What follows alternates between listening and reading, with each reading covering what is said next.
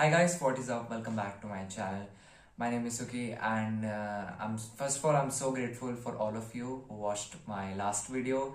I am so thankful for all of you guys who subscribed to my channel and shown so much love. But in today's video, I'm gonna talking about IELTS writing, about how you can boost your score from maybe 6 to even 7 and 7.5. And I'm also sharing my own mistakes that I have committed in my actual paper. So please watch the video till the end if you really want some great tips. So first of all, I would just clear your doubts regarding the exam pattern of IELTS writing. So basically in academics, you are provided with two tasks. In task 1, you are given a bar chart, pie chart, flow chart, and so many things, and in which you have to summarize the information. आपको जो उसमें दे रखा है उसको आपको summarize करके अपने own words में लिखना है, and the word limit is 150 words. And in task 2 you were given an essay in which you have to discuss it or agree disagree, advantages disadvantages, and you have to write that essay in the limit of 250 words. Note that the task 2 contains double the weightage as compared to task 1. So please put more focus on task 2.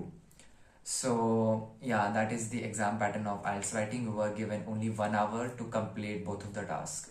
So if you are giving IELTS, so I will recommend that you should give at least 20 minutes to task 1 and 40 minutes to task 2. So I have wrote down some tips and I will sharing you all the tips. My first tip is pick your own style of writing and stick to it. It is so much important. Like यही गलती थी जो शायद मेरे साथ, क्योंकि मैं बहुत ज़्यादा कंफ्यूज था कि या क्योंकि बहुत टाइप के राइटिंग स्टाइल्स होते हैं. ऐसा नहीं है कि अगर आप पैराफ्रेज करके लिखोगे तो आपके बैंड्स ज़्यादा आ जाएंगे, या फिर आप क्या कहते हैं थीसिस स्टेटमेंट करके लिखोगे तब बैंड ज़्यादा आ जाएंगे. ऐसा कुछ नहीं है. वो आपके ऊपर डिपेंड करता है कि आप अपने जो इन्विजिलेटर है और जो एग्जामिनर है उसको आप कैसे कन्विंस करते हो और अपने पॉइंट्स को कैसे ऑर्गेनाइज्ड मैनर में लिखते हो. So that depends upon you. ऐसा कुछ नहीं है कि पैराफ्रेज करके बैंड कम आ जाते हैं, ऐसा कुछ नहीं है. एंड जिससे भी आप मतलब कंफर्टेबल हो तो उसी स्टाइल की राइटिंग को आप कंटिन्यू करो, और बीच में ये नहीं होना चाहिए कि मेरे को अपना राइटिंग स्टाइल कंफ्यूज करना है, क्योंकि यही थी मेरे साथ सबसे बड़ी दिक्कत. क्योंकि पहले मैं पैराफ्रेज करके लिखता था, उसके बाद फिर मैंने पता नहीं कहाँ से भूत आ गया कि थीसिस स्टेटमेंट भी मतलब ज़्यादा अट्रैक्टिव होती है. And if you are wondering what are these two things, that kind of writing style, क्योंकि जब एक क्वेश्चन दे रखा होता है तो पैराफ्रेज मीन्स कि आप उसको अपने ओन वर्ड्स में लिखना, उसी क्वेश्चंस का मतलब इंट्रोडक्शन में यूज़ करना. So if you are really wondering what are these things, you can search upon Google or YouTube. There are plenty of resources there. So this tip is really important अगर आप जो भी कर रहे हो तो. My second tip is find a person who may evaluate your writing. See, this is also one of the biggest things in order to improve your score. अब अगर आपके घर में कोई है जिसकी इंग्लिश में अच्छी कमांड है तो आप उसको प्लीज़ कन्विंस करो कि वो आपकी राइटिंग चेक करे और आपके ड्रॉबैक्स बताए. And if you are taking coaching then it's good. My third tip is be concise, clear and read the question at least 3 times. So that is the main thing कि ऐसा होता है कि बच्चे अच्छी तरीके से क्वेश्चंस पढ़ते नहीं है, उसके बाद फिर वो कंफ्यूज रहते हैं कि क्वेश्चन में क्या क्वेश्चन पूछ रहा है और आंसर क्या होना चाहिए. So I would recommend that at least you should in both task 1 and task 2 आपको क्वेश्चन 3 बार पढ़ना है और फिर जाके आपको मतलब जो भी आंसर है वो आप लिखोगे. Okay. And my fourth tip is please do not exceed the limit. ऐसा नहीं होना चाहिए कि आप 150 वर्ड से कम लिख रहे हो. हाँ, 150 to 175 की रेंज में लिखो और उससे ऊपर भी नहीं लगना चाहिए, क्योंकि ऐसा होता है कि वो बैंड डिडक्ट भी कर सकते हैं. I don't know, but you should be in your range. 150 to 175 for task 1 and 250 to 275 and max to max 300 words in task 2. And the number 5th tip which is the most important, जो सबसे ज़्यादा important है, वो है कि plan your essay. You should be planning your essay before writing it.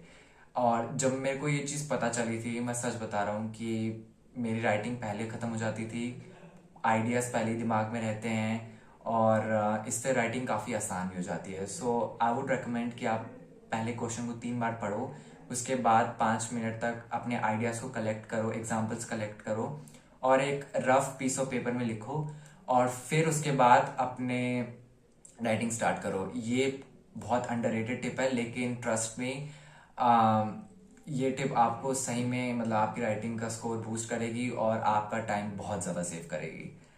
And my next tip is use attractive vocabulary.